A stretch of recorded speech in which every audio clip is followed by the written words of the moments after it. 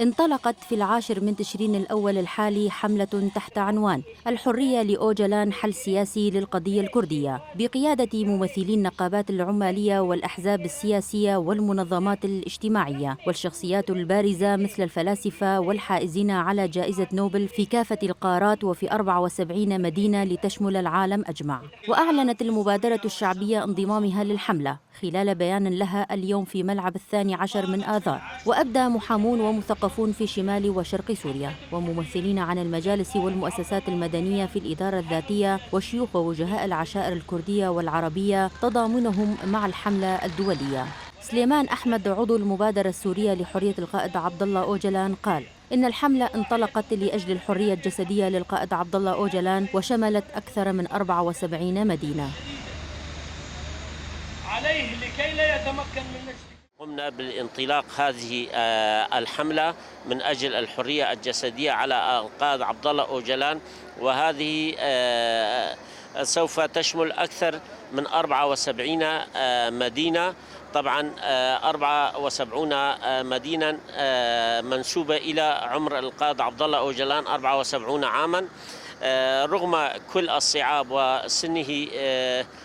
وسنه القائد عبد الله أوجلان يبدي أروع ملاحم المقاومة في وجه الطغاة، ويقوم بإعداد الحلول الجذرية لكل المشكلات والقضايا العالقة في الشرق الأوسط والعالم. من جهتها أوضحت المحامية غفران خلف إنهم قاموا بهذه المبادرة الشعبية لأجل كسر العزلة المفروضة على القائد آبو حتى ينال حريته الجسدية.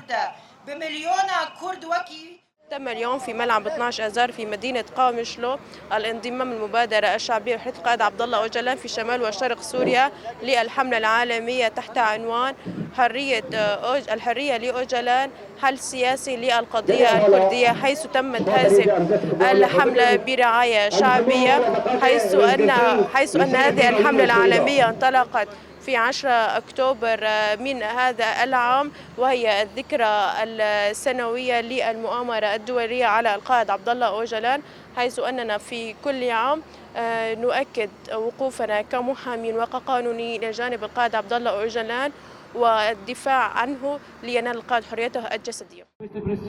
وأكدت المبادرة الشعبية أن القائد عبد الله أوجلان يمثل الإرادة السياسية بالنسبة لملايين الكرد على وجه الخصوص، والقائد بالنسبة لمكونات عدة ليست في سوريا وحسب بل في كافة أنحاء العالم على وجه العموم.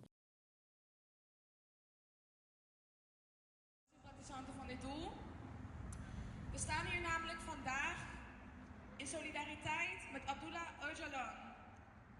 Deze persconferentie wordt vandaag op meerdere plekken